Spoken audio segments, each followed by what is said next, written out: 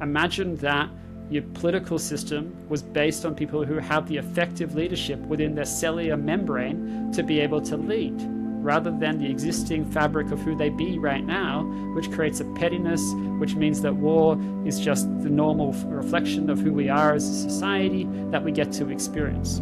First of all, we're born into a world where we already hold, cellular memory, which is not just ours. And that shapes who we are, and even the experience of being in utero is already shaping us based on the relationship we have with the mother. So that creates all these different patterns from that place, in addition to what we come through ancestrally and then beyond. And then we have the people that we meet, and that shapes us in different ways as well, based on the fact that we are interpretive beings who look to try and create a story of what is happening to understand reality.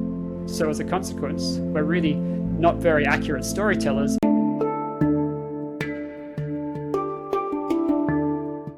Welcome back, everybody, to the Vibe Higher with Gigi podcast. I am Gigi. Today we have a fan favorite, Sam Kukathas, coming back because you guys want him back, and in good reason. I'm going to read off a bit of a revamped bio of his. Sam Kukathas is a master of frequency attunement and creator of neuro-resonant optimization, a modality that collapses the gap between a visionary's intent and real-world impact. Using his voice to channel sound frequencies, he helps the world's boldest founders dissolve what's holding them back at a cellular level. With shifts so fast, clients call it collapsing generations in hours. We're going to have to talk a little bit about that. Described by Reverend Michael Beckwith as a catalyst for spiritual growth, Sam is now bringing this technology of coherence to a global audience through Resonance OS. Thank you. Thank you for being here, Sam. It's my pleasure, Gigi. It's great to be back. Welcome back. Fan favorite. Thank you. Awesome. I'm curious to just dive right in, and then let's dive in because in the intro you mentioned visionary intent and real world impact. Could you explain that in more depth? Absolutely. Yeah, there are a lot of people who have really audacious visions and in service of humanity, and they're doing things where the scale of what they're looking to impact is in the scale of millions or beyond millions, right?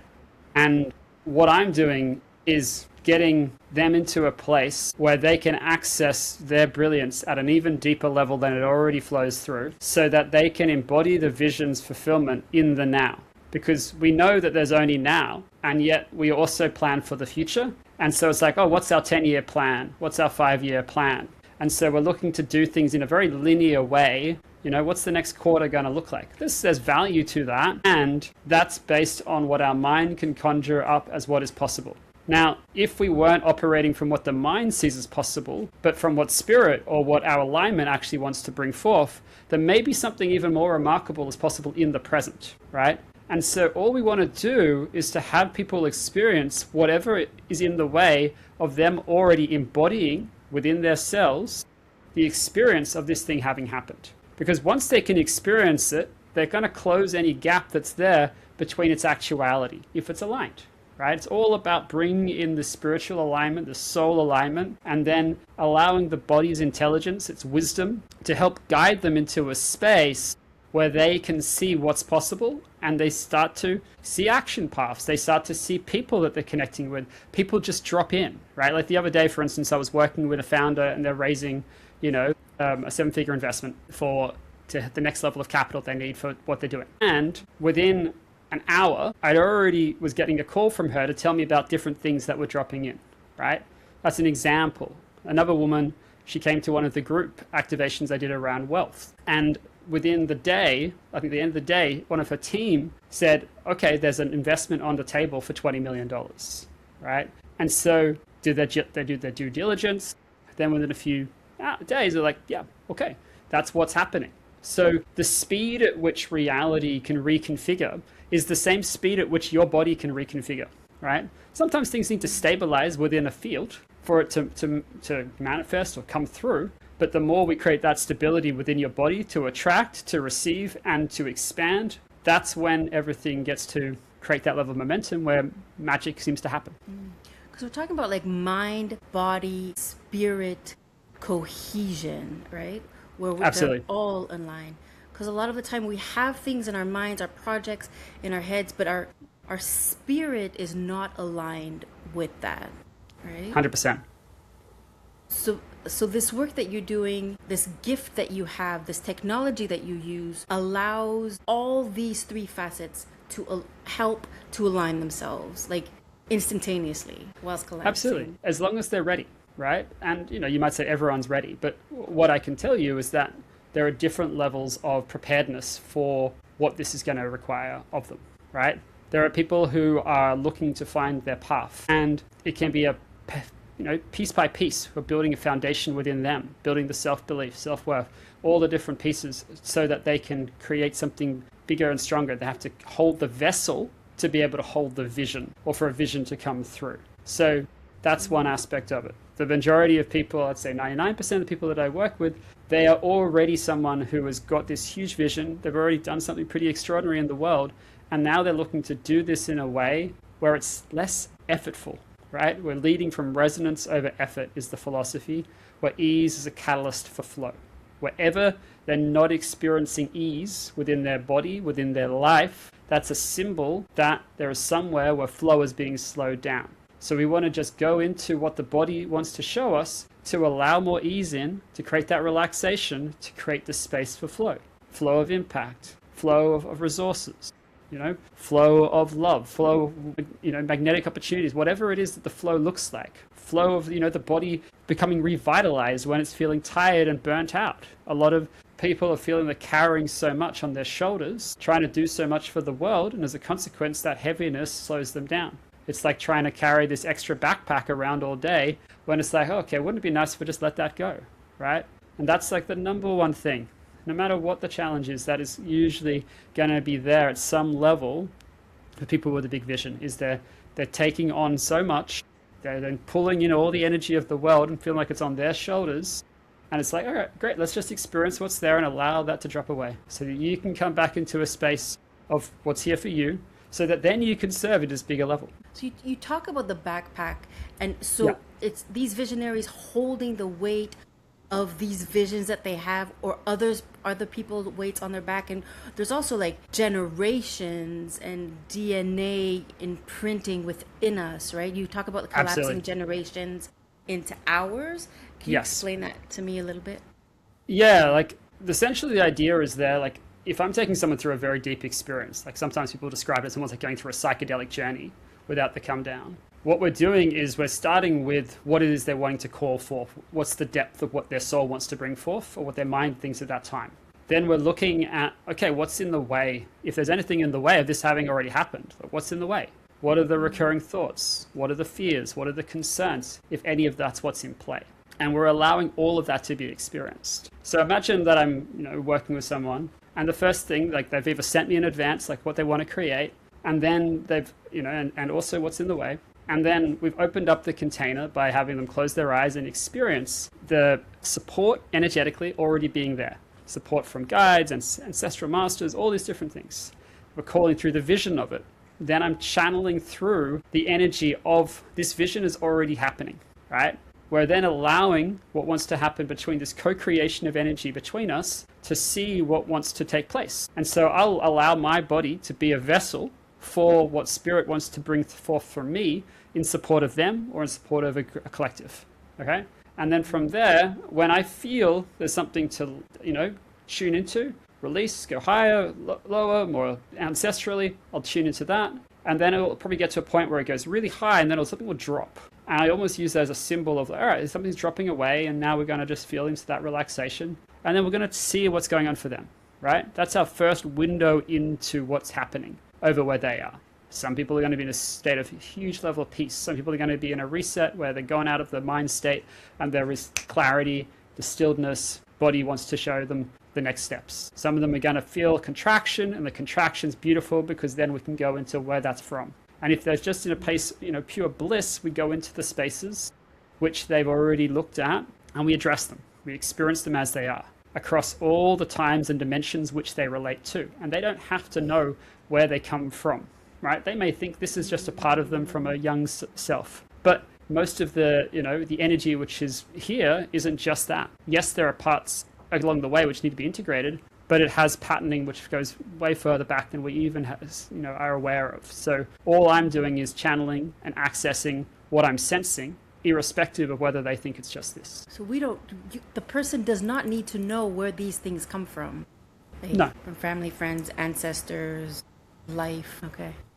It can be helpful, right? Like it can bring awareness to them. And a lot of people I work with, they have very, very heightened awarenesses because they've done a lot of spiritual work. And so they're very in tune with their bodies. They're in tune with where something might be. Like I have someone who had like a pain in their neck where they couldn't move their neck. And we moved piece by piece around the neck. And each one's like, oh, this is 4 years old. This is 16 years old. This part's 8 years old. This is 7 years old. Oh, that feels ancient, right? So some people can be like really attenuated in terms of the attunement. And then I'm just attuning to that.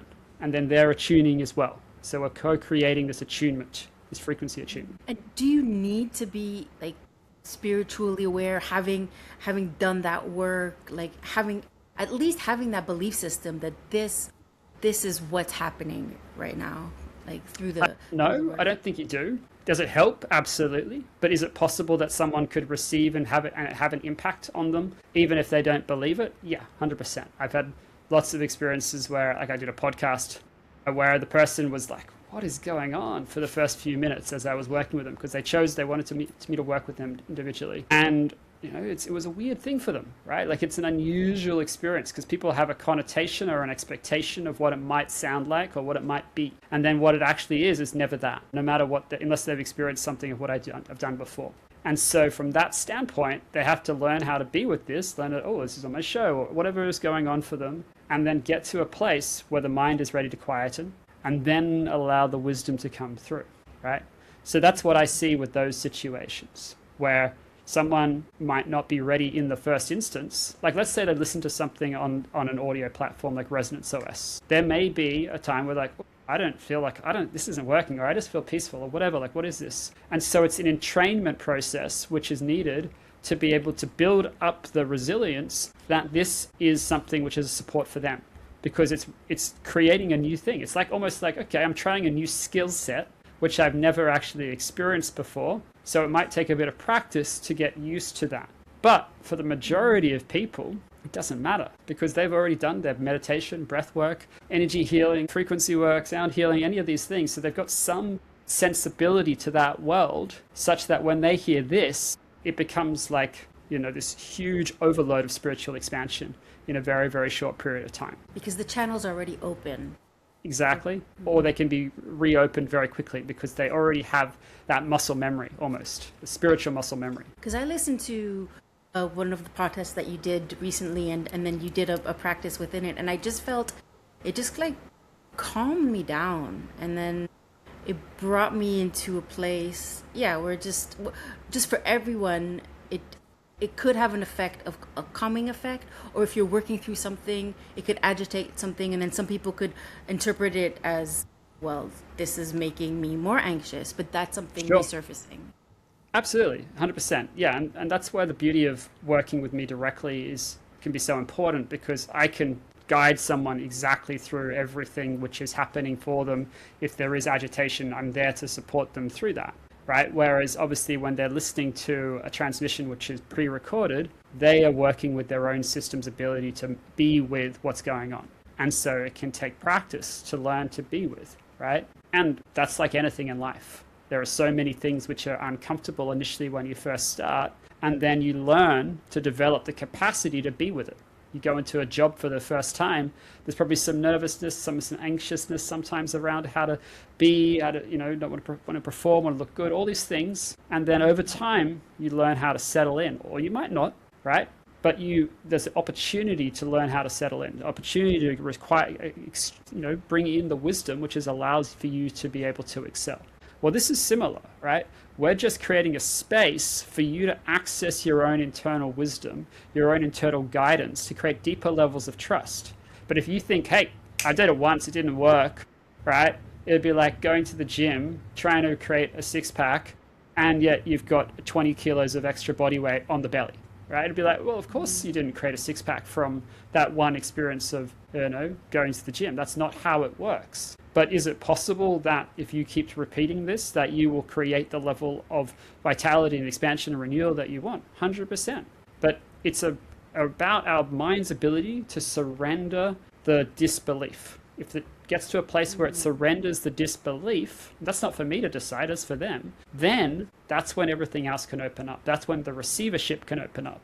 But what I'll say beyond that is when they have a belief that they can't receive something, and I've seen this myself, read lots of things in life, then it will impact the ability to receive in other areas of life. So when we can surrender our belief of not receiving, it's like, okay, well, actually, I'm always receiving. I could be always giving, always receiving, but I'm always receiving. And that's the question now. Am I attuned to receiving what I actually want, what my soul actually wants to pull in? Or am I just attuned to receiving what I'm just, used to getting, used to receiving? Yeah, I'm used to receiving a lack of love. I'm used to receiving a lack of wealth. I'm used to receiving a lack of a pay rise. I'm used to receiving a broken heart. Whatever it is, they're receiving something, right? But we don't tend to think of that in those ways because of the ways that we've categorized giving and receiving. And what I was seeing recently is that, no, I think we're always receiving. It's just a question of, are we receiving what we think we want? And then potentially our subconscious is providing us exactly what we want.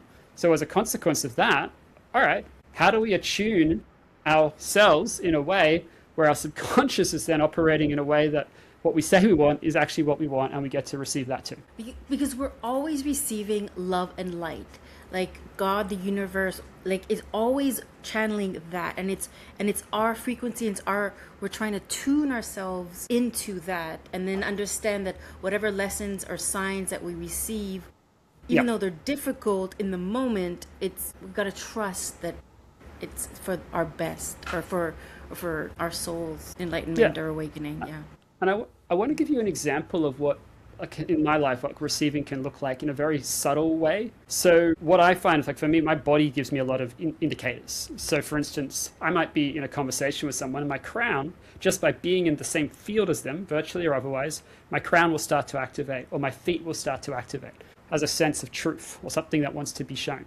Other times, I'm literally lying on my couch, I'm watching something, and my body will start to go through its own kind of transmission. So recently, for instance, I was, on Amazon Prime, had something on, and then the next thing that was suggested to me was The Secret. Now, I got to work with Michael directly at one stage, but I'd never seen The Secret. So that was something where I was like, all right, I guess I'm being guided to watch The Secret. And in this place, I was laughing at the 90s nature of this documentary and how it was captured. It's 2000, no? Maybe it was 2000, but yeah, it got pretty old.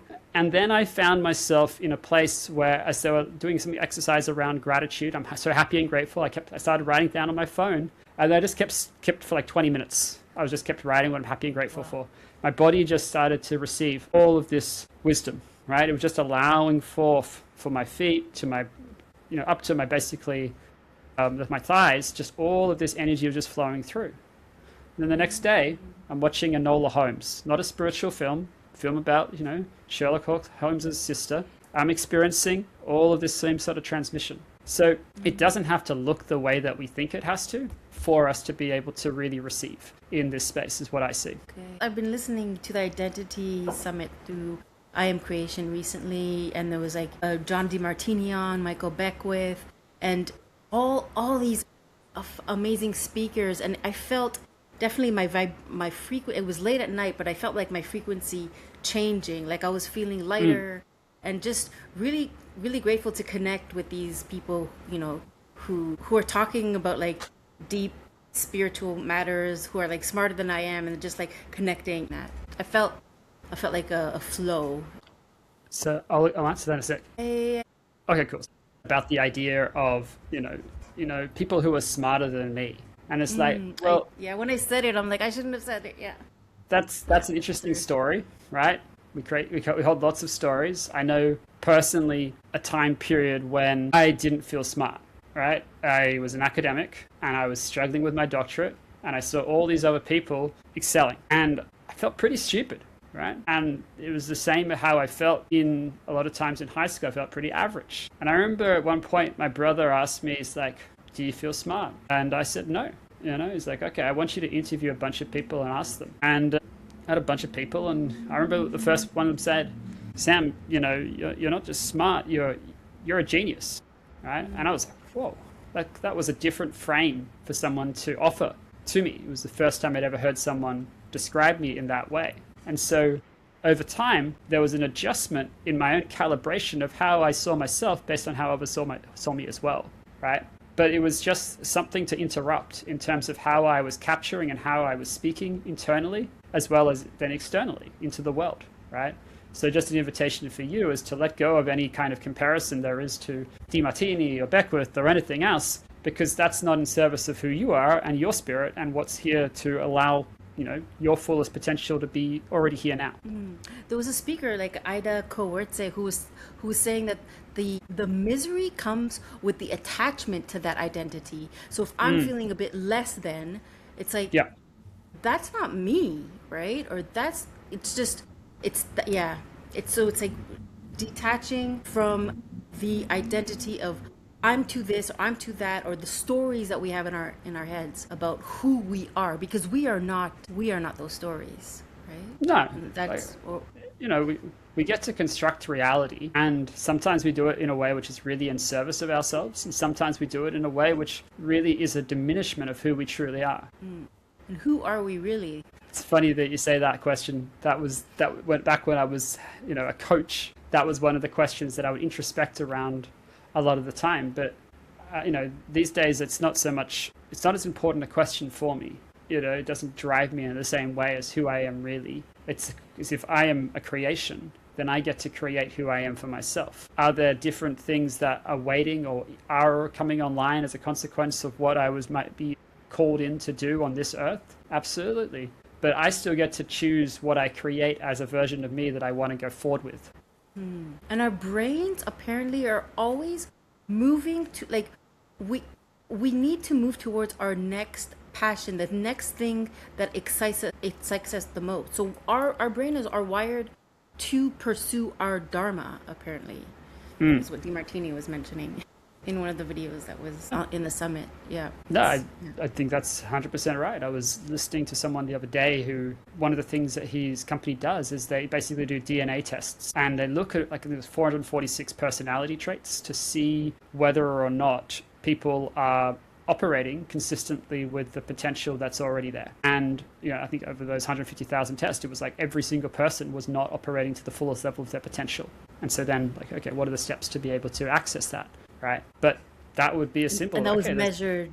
That was like measured in the machine, or was just. I don't know how they, the measurements of the DNA testing, and also then the other kind of subjective testing of the personality traits. But these three different sequences would match up to create a result, and then give some something meaningful as a way of seeing like, oh yeah, like these are traits which your DNA suggests are in play, and I guess waiting to be nourished in a deeper way. And again, I haven't done this for myself, but that's the kind of intuition that I got from listening to this person talking. And so why do you think we're not living up to our full potential or our full brain, body, spirit capacity? Well, I don't think that's a difficult question, right? Because we come into an environment, like first of all, we're born into a world where we already hold, cellular memory, which is not just ours. And that shapes who we are as we come out of utero. And even the experience of being in utero is already shaping us based on the relationship we have with the mother, right? And what they're experiencing through that time period. So that creates all these different patterns from that place, in addition to what we come through ancestrally and then beyond. And then we have the environment which we grow up around, and that shapes us in different ways as well. And then we have, the people that we meet, and that shapes us in different ways as well, based on the fact that we are interpretive beings who look to try and create a story of what is happening to understand reality. So as a consequence, we're really not very accurate storytellers about reality. And so we all have a different version of reality. Sometimes it aligns more and more with others. Sometimes it's a different version. And we have these 8 billion people creating the different realities to try and find harmony on a planet. And now we're getting to a place where certain pockets are going, we share that view, that way of life, that vision, and it's creating a more harmonious structure. Others are going, that's really not how we live. That's not what we want. And it's creating more disharmony within that existing framework because it's consistent with a kind of status quo, which is waiting for, at a soul level, to dissolve, is how I would describe it. Maybe we could do a resonance OS experience with you. Yeah. Well, we won't do a resonance OS experience because that's built in the app itself. But what we can do is we can do a short live experience where all I'm going to do for a few minutes is just to guide people into their higher self, right?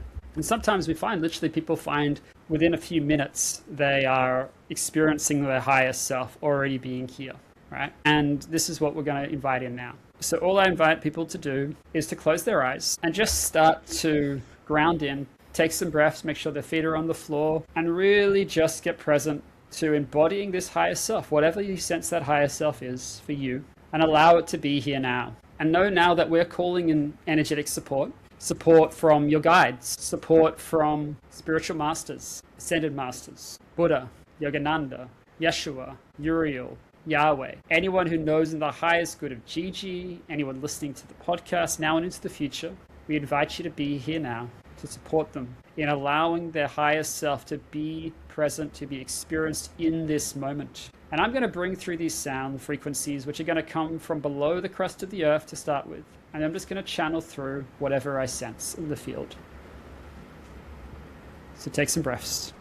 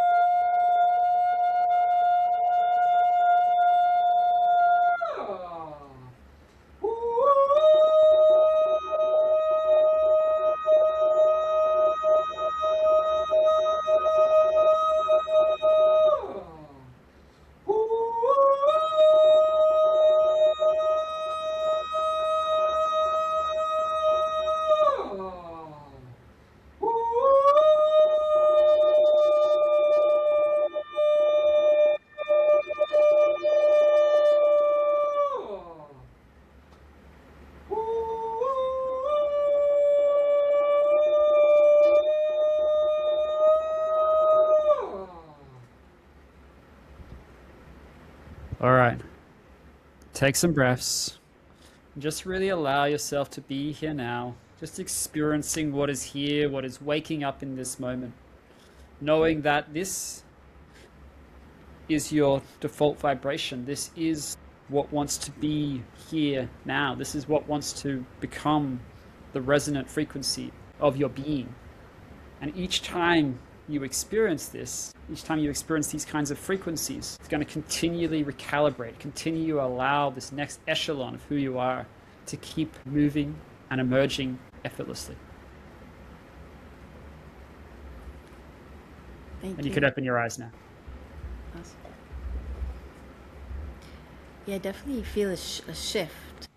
Like the air around me is a bit heavier somehow. Interesting. The air's heavier. Somehow. What does that represent to you? Good question. I feel like I was trying to not be so much in my head and not think about the things that are going to come up in the future. Mm-hmm. I feel like, yeah, my nervous system, it definitely affected my nervous system in a positive way. Yeah. It's just like heavier, like my body feels heavier.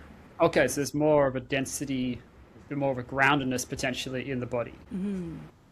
Beautiful. Yeah. Yeah, well, the more grounded we are, obviously, the easier things are to come through.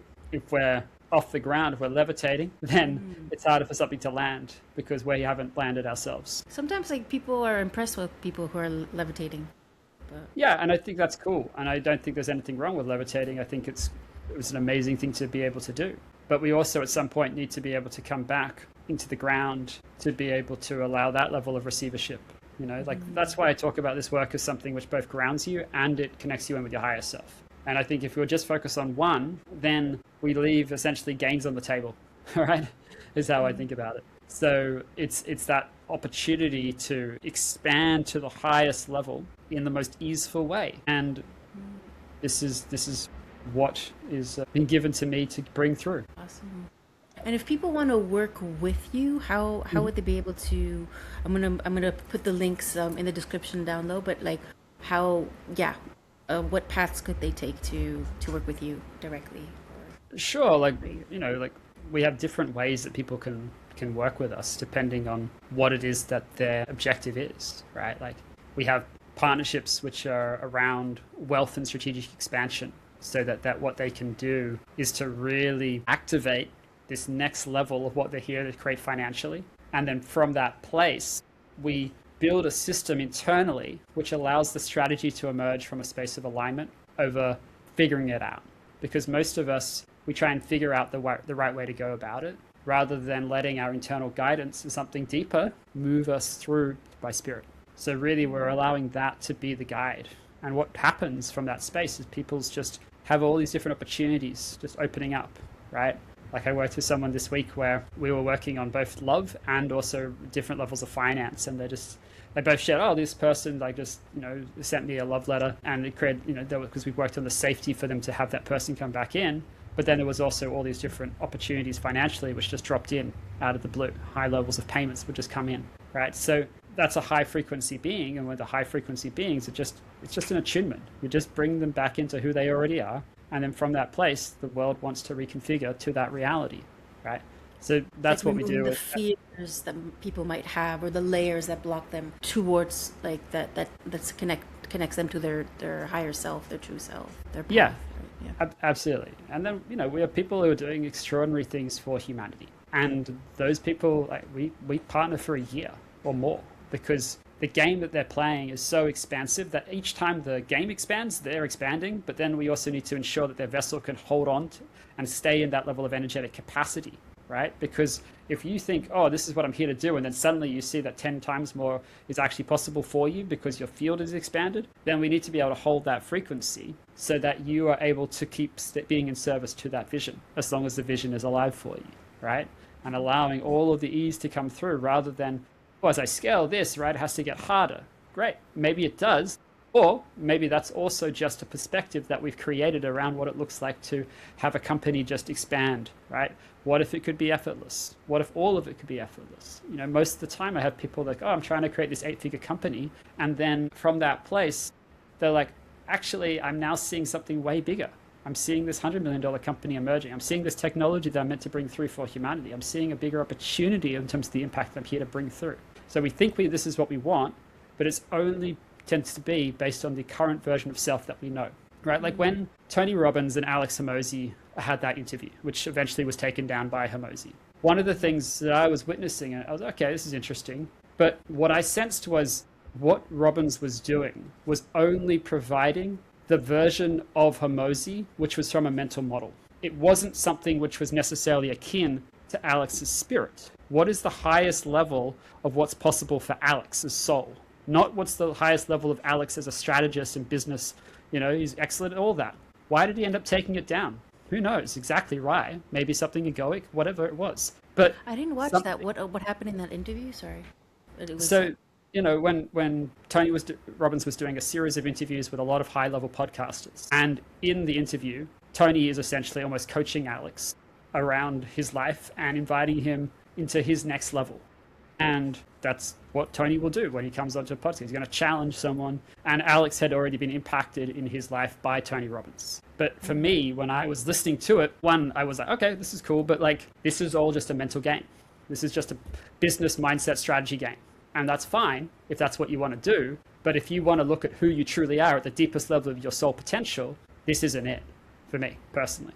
So I was thinking, what would I do if I was with Alex, right? Well, I'd actually get him to experience what's there, which is holding on to a conception of self, which is consistent with the identity he has, right?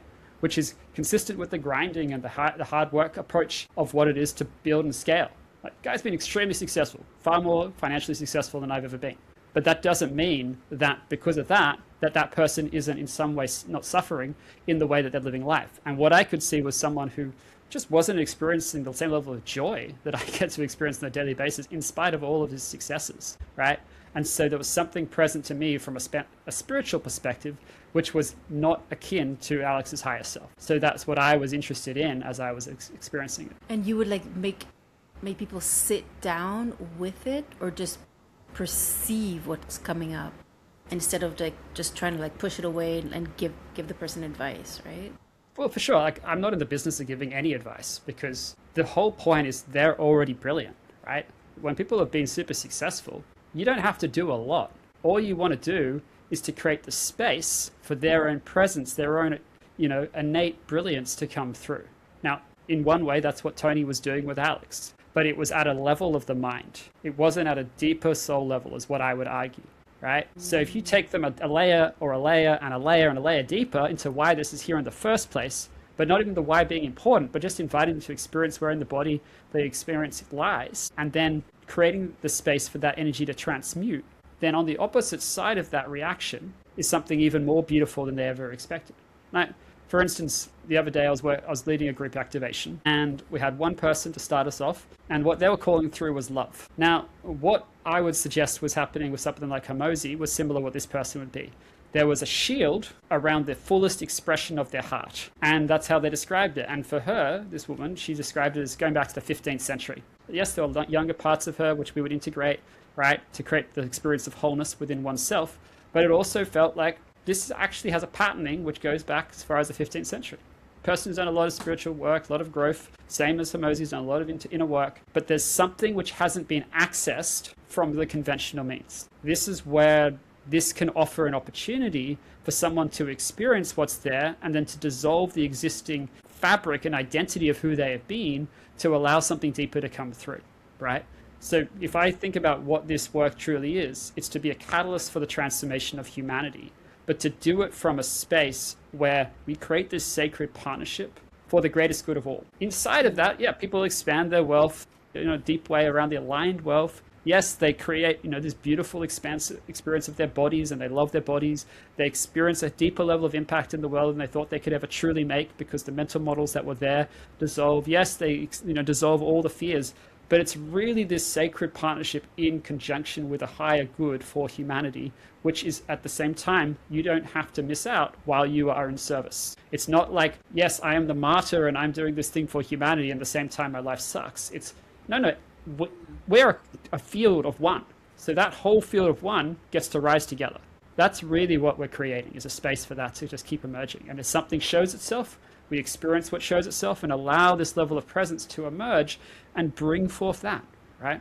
It's just this beautiful witnessing over and over again.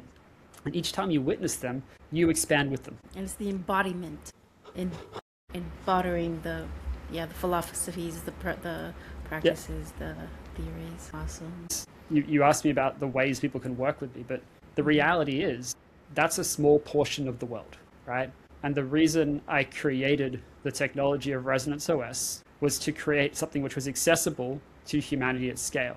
Now, if you ask me who is this most suitable for in this current now moment, it's for those who are already intuitive and spiritual, because they've already got an access point to their own inner brilliance, which allows them to really experience these transmissions where it takes them out of their own mental model and into their higher self, right?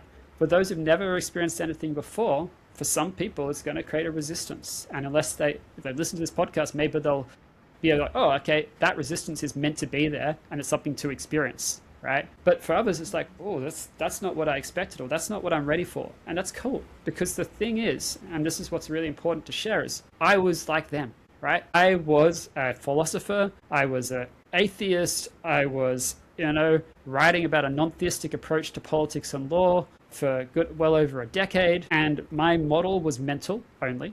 I was an analytical mind. I lived in my head. I didn't have a spiritual bone in my body, if you'd ask me, right? I was about as far away removed from that world. So when people express skepticism, it can meet the skepticism because I was them. What happened? I had all these different spiritual awakenings, right? Mm-hmm. I had, I kept experiencing the different foundations of what wanted to move based on what I was ready to receive at the time. So the model of expansion for reinventing self started with a cognitive lens for me. It had some embodiment, but for the most part, it wasn't somatic. It was shifting the stories, shifting the mental model, creating a bigger conception of self and stepping into that and acting from that place. As I allowed something deeper to come through, psychedelics, breath work, all these different kinds of things, I kept getting shown something which my spirit was ready for. But it was based on what I was ready for because the foundations of something was already in place, right? It was the consistency of the practice of bringing myself into that way of creating self that allowed for this. So really what I'm inviting people to do is to come back into this space of this resonance practice of who they truly are, to experience their own original frequency and to return to it, and to allow that to be a space where they can return to any time. I don't know if I've shared much about the actual vision I have for this, Gigi, but really, I once did work and research around the overview effect. And I was looking at it in relationship to the realm of consciousness, but I found something, as I often would, get sidetracked. And I was reading a book around what's called the neurophenomenology of awe and wonder, which basically was like, okay, what's the experience like from a neuroscience standpoint around awe and wonder? And they were looking at astronauts and basically what was their experience when they went into space. And they were capturing these journal entries from, I think, the 1970s of astronauts of what they would share. And they would look at the fact that where was there a moral perspectival shift with the astronauts. And what tended to happen is if the astronaut was already spiritual, religious, it didn't tend to create a big moral perspectival shift, because that wasn't something which was inconsistent with necessarily their worldview. If they were not someone who has a spiritual or religious practice, it tended to create a moral perspectival shift because they suddenly related to everything as one. And they'd have these things like, I'm passing through Houston, and then I'm in New Orleans, and then I'm in Marrakesh, and then I'm like, why are we fighting? Why are there wars? Why are there borders? All of these things, because they could obviously zoom out and they're experiencing going around the globe essentially in 15 minutes. And then from there, you're coming back and you obviously have the Carl Sagan pale blue dot, right? That's what the overview effect was essentially is. So I was like, okay, great. People have told me when they listen to my voice, they often get connected with one, our oneness, and two, something bigger than themselves. So from that standpoint, we can create a level of coherence for humanity where we are infinitely connected, right? So then we can have the compassion for the other when they are mirroring back a behavior, which might be also one that we have experienced in ourselves at different times, like being the skeptic, when that's not necessarily who they are, but that's just what their soul or that's what their being is experiencing in that moment, right? What we might get triggered by it, sure. But then we also have transmissions which are literally to meet that as well, right? Like, to give you an example, there are times where I could have a conversation and I might have a concern that something's at threat before I have that conversation. So if I operated from that concern, I will go into that conversation likely from a different energetic standpoint. Whereas if I was recalibrating and experiencing the concern before I had the conversation, then what it creates is an opportunity to be in that conversation in an entirely different way. I did this recently. And rather than feeling threatened, there was a neutrality within my body. I listened to what's called joy in the here and now. And as I listened to joy in the here and now, everything settled. And so I could be myself, I could have that conversation, there was nothing at threat. And we could create together the kind of conscious outcome for communication which dissolves the possibility of conflict in the first place, right? But there was a reason where you got that feeling in the first place. Your body was telling you something prior to that conversation. Absolutely. That's exactly right. It's showing something which is already there. And so it's beautiful that it's coming up because it's an opportunity to experience that. And this is what we are going through life constantly experiencing. Everything which is creating an agitation is an opportunity.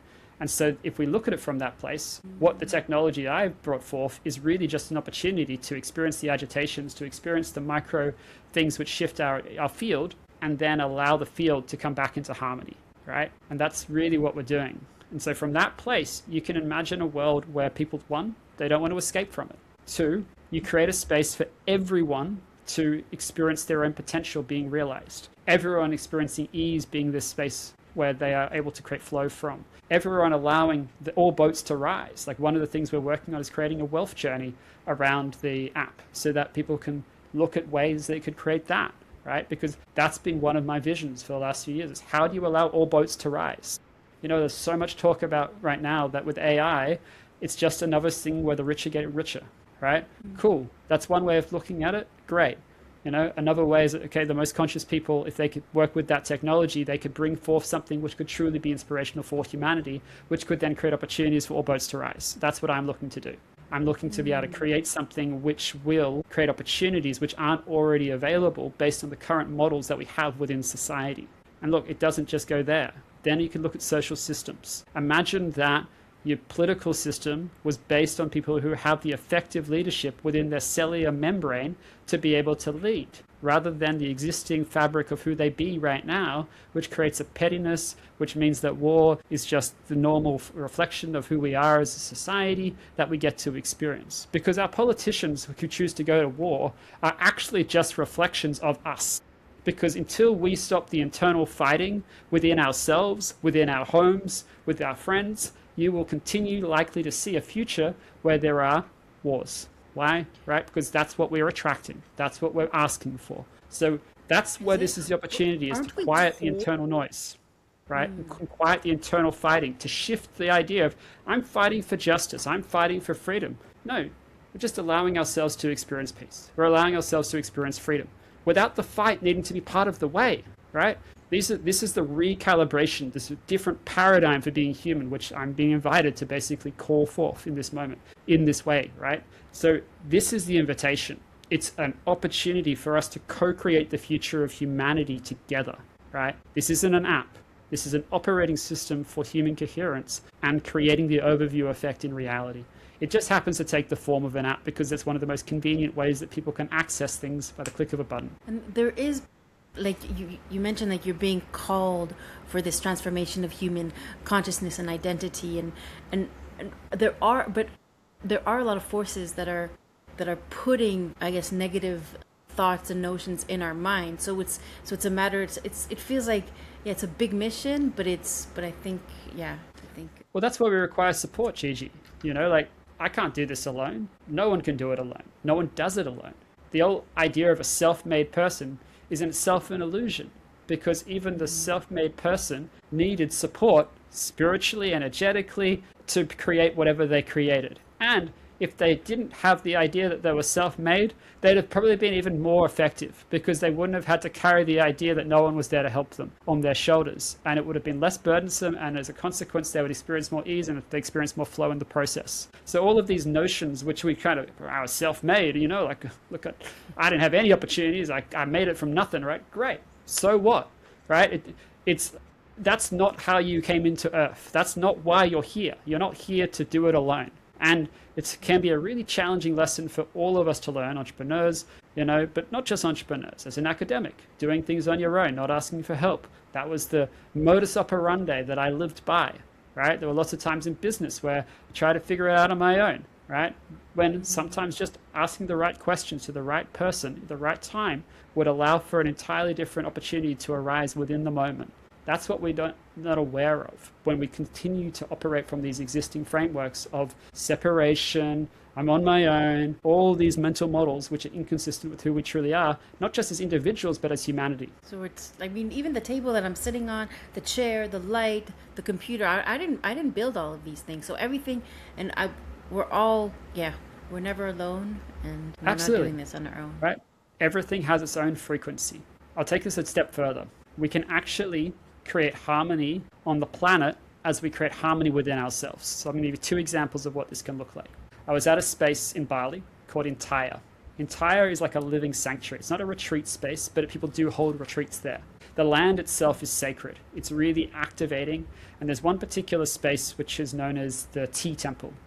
Of a limestone floor, and that limestone floor takes you directly into the earth. There's nothing which is anything but pure, the nature coming in, right? So the connection you can create from it is very profound. Now, I found that in that space for myself, just by being in there, my body would activate, right? So I found, okay, there's something for me to do in this space. So I worked with one of the people who worked there, and we were working with them around wealth. We were working with them around the vision for Entire, and we were working with them around the land itself. I got them to put their hands on the floor and their feet on the floor as well, and connect in with the land. And as they connected in with the land, they were shifting what was going on both for the land, but also for themselves. And then as they were shifting what was in for themselves, they were seeing a deeper vision for Entire.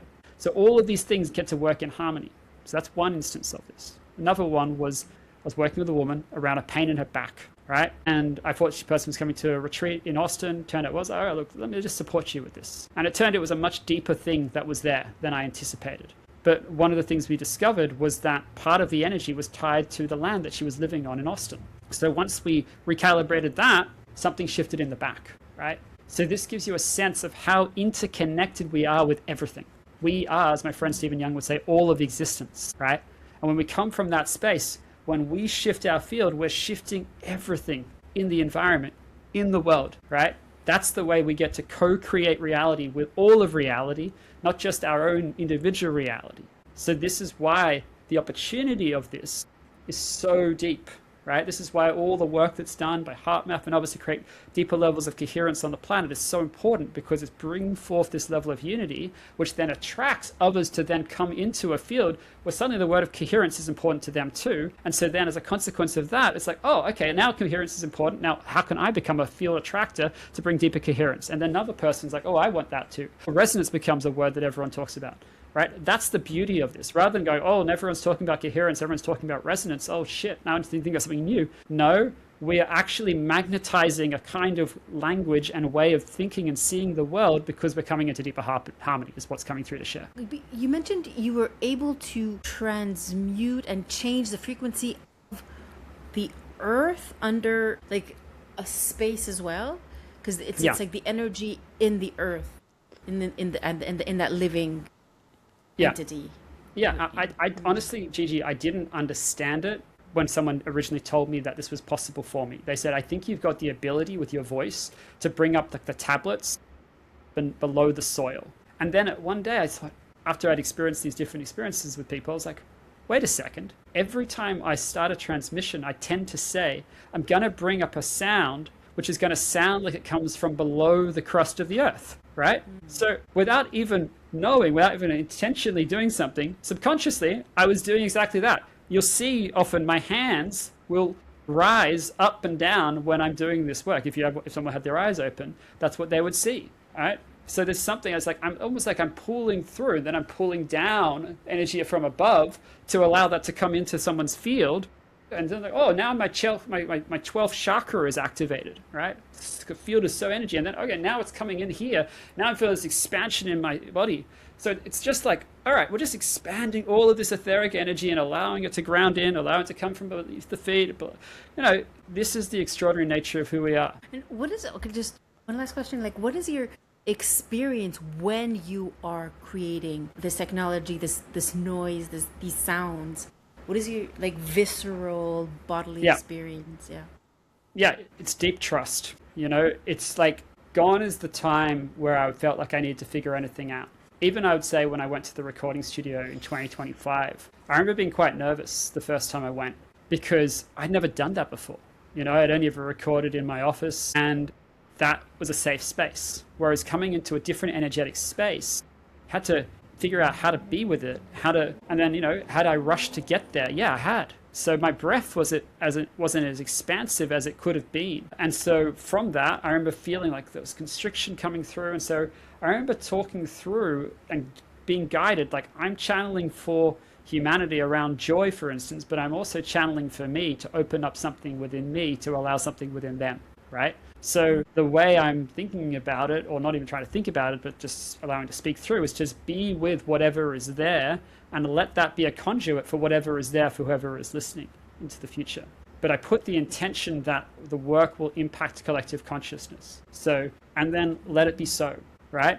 That is, and I only through practice and experiencing people sharing the impact of it from a collective consciousness standpoint for themselves, did it give me the trust that, okay, this is working, right? So the repetition of experiences where people would share the efficacy of the result would have me go, I can trust this. And then as my own spiritual awareness would deepen and the frequency recalibrate over and over again, that trust deepens even more, right? And so that allows me to see things and to experience something beyond what it would be when I'm trying to figure it out. So the more you do it and the more you impact people's lives in the way that you do, the more trust you have in the whole system itself, or have Yes. you had, it's a development, it's a work in 100%. progress. It's a continual development. Like the frequencies that people will experience in the app are from 2024 and 2025. And I was like, do I put these ones in, the ones from 2024? And the only reason I did is because people found them so effective. And at some point, there may be a point where I go, you know what? These are no longer the most powerful expression of what we can bring forth. And it's not serving people to the level it could. So we're going to replace this with something else. But that's not what we've chosen right now. And so I had to sit with whatever was there about perfectionism or getting it right, or all the other shit that one would take on from little boy Sam to academic Sam. And then, is this making a difference? Yes or no? Yes, it's making a difference. Okay. Do we deny people the opportunity to experience something which has had people say, I've released so much grief in the 15 minutes that I changed my name? No. Okay. So even if just one person or 20 people were impacted by this, would that be enough of a reason for this to stay for now? Yes. Okay, great. So you're doing it for that. And then from that place, you know that there are others out there who similarly have an experience where when they listen to this thing, it takes them from say like, oh, I'm kind of confused of what direction, then suddenly I feel free, right? It meets them where they are. It allows them to experience whatever they're ready to experience. And that's not for me to decide. It's for them. It's for their being, their soul, and everything else. I can't control that. It's not for me to do so, right? All I can do is look to create something which is so efficacious and so, like aligned with who they are and resonates with their soul and being, that it pulls them towards it in a way that's like, this isn't a chore. This isn't another thing to do. This is just an extension of my being. This resonance practice is just an extension of my being. And so as a consequence, I'm allowing myself to experience myself on a daily basis. And it's like a tool that enables us to access what is already there. 100%. Yeah. 100%. I love that. Thank you, Sam. Thank Yeah, you. So my much, pleasure. so much to like put our heads around, right? We're gonna have to study. And you said. I think the final thing you can share is like, we've created this so you can experience it without any cost. You can experience it for 5 days without needing to pay anything up front. If you find it not something you like, okay, that's all right. Come back another time. But we want you to know that this is already making a difference, because the majority of people will feel within the first 8 to 15 minutes the impact of it, right? And that's the people who've already stayed for 5, 6 months or whatever it's been, because it's already shifted the level of joy that they experience in their life. But it's the frequency of continuing to come into that level of attunement, which is the opportunity in life with any technology. And it's coming back to it. It's the frequency of doing the dedication, and it's coming back to it because it grows in time once you use it. Like 100%. When you use it. Mm-hmm. And you also mentioned that you were doing some restructuring within the app itself. Like the fun thing about building a conscious technology company is you get to expand your vision of what's possible and the ways in which to bring it forth. So for instance, what I didn't anticipate when I started creating this technology was that my voice would put people to sleep, especially one which had some pretty disruptive sounds. It almost sounds like I'm screaming at one point, but they would fall asleep to my voice. And so once I saw that, I asked others, and it would help with them sleep. So we then created an intention that certain transmissions would be designed for sleep while also being designed for flow state or designed for releasing grief, right? And that's the beauty of us being able to tune into our intention. The intention creates the opportunity to embody the experience, right? So I listened before I went to bed last night to Inner Resonance, which is an 8-minute activation, because I was having so much fun working on building the mobile version of the app, that if I hadn't of needed to get up to do a podcast in the morning, I might have been still there at 2 or 3 in the morning, right? But I knew, okay, I need to be rested, so it's time to go to sleep. How do I take myself out of the doing mode and into presence so that I can drop in deep as soon as I hit the pillow? And that's what I did. And so then body's already super relaxed. So I'll lie down and I'll just fall asleep. So it's like tapping into your true self and the knowing that that true self knows what you need in that moment, rather than like exactly our mind being like, I wanna do this. Exactly that. That's 100% the way it is. Your inner self knows everything that's needed in the moment, and it's guiding you rather than me guiding you, right? We're co-creating the experience. That's the beauty of it. That's why I could listen to something 500 times and have a different experience each time, even though it could be the same transmission or same of a group of transmissions. Because a lot of the time we don't we don't know what's best or what's the best decisions for us, and in the next best decision for us. So yeah, it's because we're not aligned with our mind, body, spirit, heart alignment. It's like coming back to ourselves, and then it's just easy to make the next best decision for us, right? Yeah. Absolutely. Yeah. Awesome. Thank you, Sam. It's my pleasure, Gigi. Thank you again for coming onto the show. We'll see you next time. maybe Sounds good. Another time. Awesome. Thank you, everyone, for tuning in, and we'll see you guys in the next episode of iPower with GJ. Thank you, Sam.